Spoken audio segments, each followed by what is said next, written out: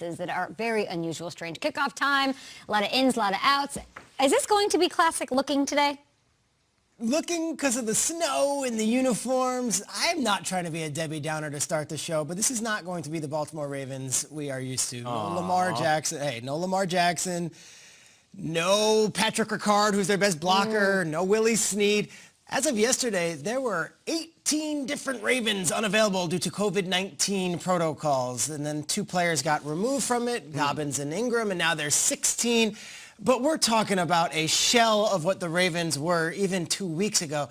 And just to give you an idea of what the Ravens week was, and I know we're going to hit Pittsburgh and how unfair this has been for the Steelers, because for the most part, they have been on their P's and Q's, and they didn't do anything wrong here. Why are we getting our game pushed back 10 times? Again, for the second time this year. The Ravens, as of last night, I was getting texts from people within the organization saying, what are you hearing from the league? Are we still playing?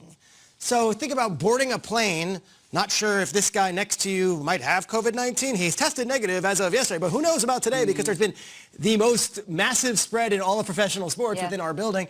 And then saying, are we actually playing football tomorrow? We haven't had a chance to have a real practice. I just felt like this is a giant uphill climb for the Ravens. You will not recognize the Baltimore Ravens. This almost feels like a strike season shortened Baltimore Ravens with how different they will look. They can fight as hard as they want, but I hate to say it at, 7:05? I can't expect the usual Ravens Steelers tonight. I hear you on that. I don't think we're going to get that same type of feeling. And I hate to be dismissive, but after looking at the Denver Broncos and what they did, putting out Kendall Hinton out there, I don't feel bad for the Ravens. Now, when it comes to COVID-19, that's a completely different conversation. We're talking football, purely X's and O's. On the flip side, if you're the Pittsburgh Steelers, I know that Barack Tomlin is what I like to call him. He's saying the right things, and he's been saying the right things all year. I mean, what did he say a couple weeks ago? Only thing perfect about us is our record. I thought that was a great statement to talk to a squad who might be feeling themselves a little bit. I know Eric Ebron. I look at him like a little big brother. He gets to feeling himself when he starts tweeting about how good they are, another win and another notch of the belt. I think Tomlin knows, I got to talk to these guys. So he's either saying one or two things. Hey, don't let RG3 turn into RG3 of old and cook you guys today. This is a good team. Don't be that squad. Or he's saying, RG3 is not good enough to beat you guys. So how about you guys go out there and act like the undefeated team you are? Right now, the Pittsburgh Steelers are the best team in football. Go act like it. Who cares about other people's circumstances? What do we always say? When something negative happens to NFL players, the first thing he says, well, you only can control what you can control. Same thing applies to teams that are winning, that are up, that are undefeated. You only can control what you can control. You're the Pittsburgh Steelers. You're the best team in football. Go out there and play like it. They might be the best team in football. This is the strangest time slot in football. Peter, you slipped a couple times. You said, I don't think we're going to see the Ravens tonight. It's not tonight.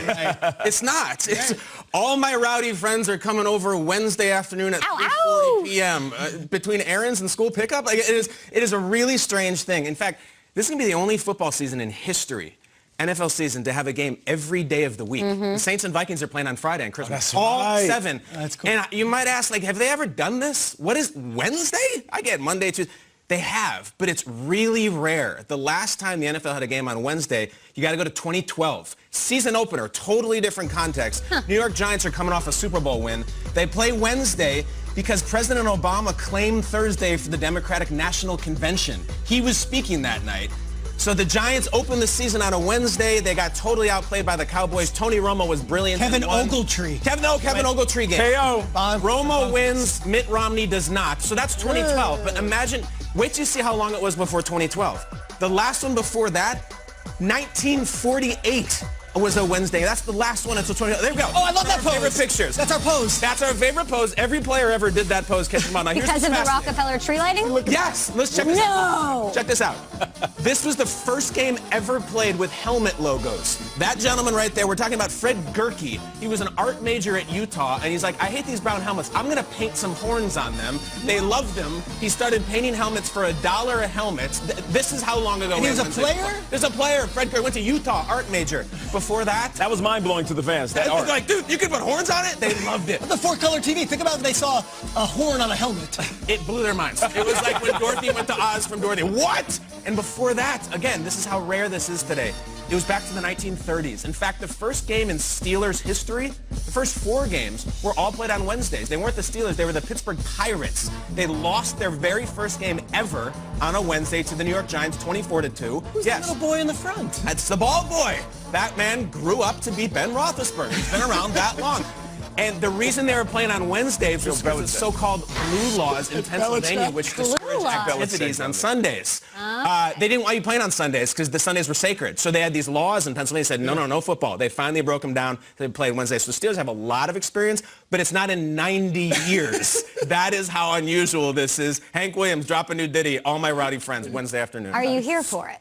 Hell yes, Yeah, I'm here for I figured it. you would be. You know me. I figure you would be, I'm even here. without Lamar. There's a lot of people that have fantasy people starting tonight. I wouldn't have recommended that. I would have said if you are within striking distance of having a Jordan Wilkins instead of a Gus Edwards in there, now we've got Ingram, of course, playing. J.K. Dobbins is back. I would have played all the guys that I knew were going to play on Sunday.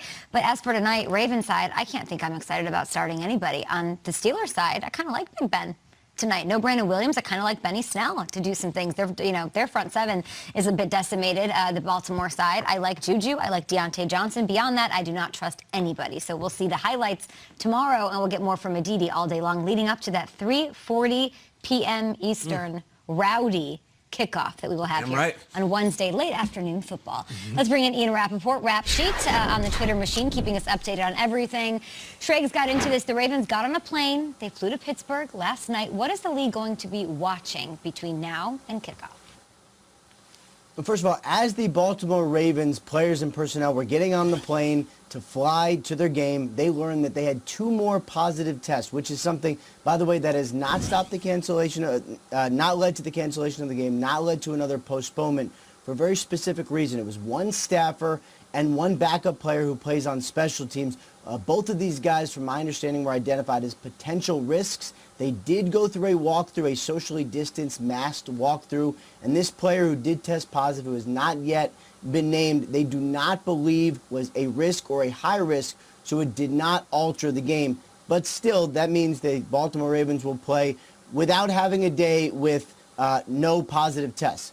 But still, this game is today, later today at 3:40, hopefully without any rowdy friends because of COVID, slated to be played. Now, it still remains to be seen who actually is on the field. You mentioned the fact that Mark Ingram and